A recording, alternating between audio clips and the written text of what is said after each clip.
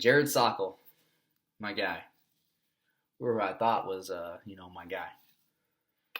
You made a video, bro. And in the video, you said that you came up to River City Arm Wrestling. You arm wrestled the number 10 guy, who is me, and you directly used my name, Dylan Force. And you said you beat me.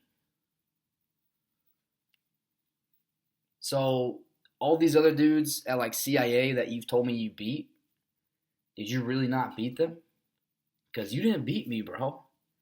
Like JT was saying, and this is all he was trying to say, is that there's levels to this sport. And just because you pin someone on practice, because more than likely they let you because they have more experience and they want you to get the work in, that's their job as a more experienced, stronger guy. Is when a new guy comes in, they let you get the work so they can watch you, make sure you're in a safe position. But also because they are more experienced and stronger, they want you to get work in and help with your form while they hold. Okay. We've been talking on Facebook for a while. Me and Marcus were finally like, let's get this guy up here for a practice. I wanted to see how strong you were because I saw that you said you beat some of the guys from CIA. Now I'm starting to understand that maybe you didn't beat them, that it was practice pulls and you guys were practicing. Again, there's levels to this. That's what JT was trying to say, okay? Just because you pin someone on practice doesn't mean you can just call them out and you think that you're ready to actually go against them in a super match, okay? There's levels, all right? But I get it. Trust me, when I first started, I was the same way. I beat all my buddies. I beat all the guys at the bar. I even beat some amateurs, okay? I'd never lost. Signed up for my first open professional arm wrestling tournament, and I learned real quick there's levels to this game. And that's all that JT's saying.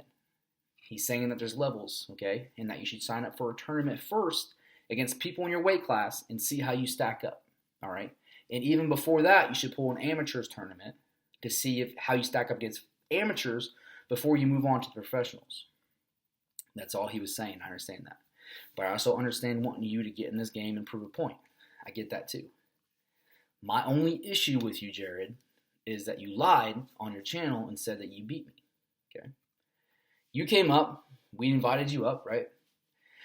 And we were practice pulling. And again, as someone who was more experienced and someone who was stronger than you, right? It was my job to hold you and let you get some work in so I could watch your form, critique it if I could, and we did show you some things that you were grateful for, right? And to make sure you were staying in a safe position so you don't hurt yourself for when you do go to a tournament. That's what practice is about. It's preparing yourself and getting ready, critiquing your technique, making sure you're in a safe position and getting better at practice. So when you do go to a tournament, number one, you don't hurt yourself, okay? So that's number one. So yes, I let you pull me in.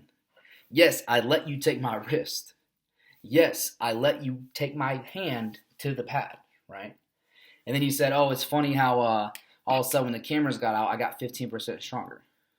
No, buddy, I didn't get 15% stronger. I had just seen already how you were talking on Facebook before that, and in my mind, I already knew if I let this dude beat me on camera, even though it's practice, he's going to be all over the place saying how he beat the number 10 guy that's a weight class above him, right? And then you still did it anyways, right? And when the cameras came out, even though it was practice, I slow pulled you to the pin. All right, that was still probably only 60%. I wasn't giving it 100%. There was no ready go. I wasn't pulling as hard as I could, right? I just wanted to show you, hey, let me put some pressure, right? That's fine. I thought everything was good. I thought we had a good practice. I thought you understood, hey, this is kind of how this works. And then you upload a video again, and you did say I was strong, but you also said that you beat me, which is a lie. That's not true, okay? You also told me that you're in the 190s right now. You may want to pull 176s, and you might. But right now, you and I are the same weight, dude. We're the same weight. You want to call these people out down at the 176s. You want to call out the number 4 guy for a super match and put money on the line. All right. You haven't earned that yet. That's all JT was saying. You haven't earned that. There's guys below him that you could have called out, and that you probably could call out. Beat them, work your way up the ladder.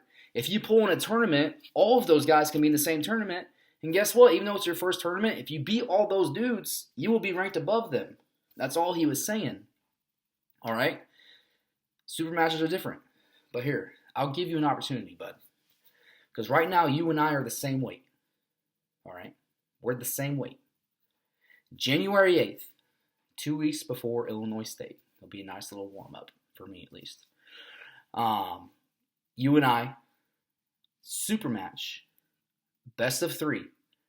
And I have $500 that says I'm going to take that arm home with me. Let me know what you think.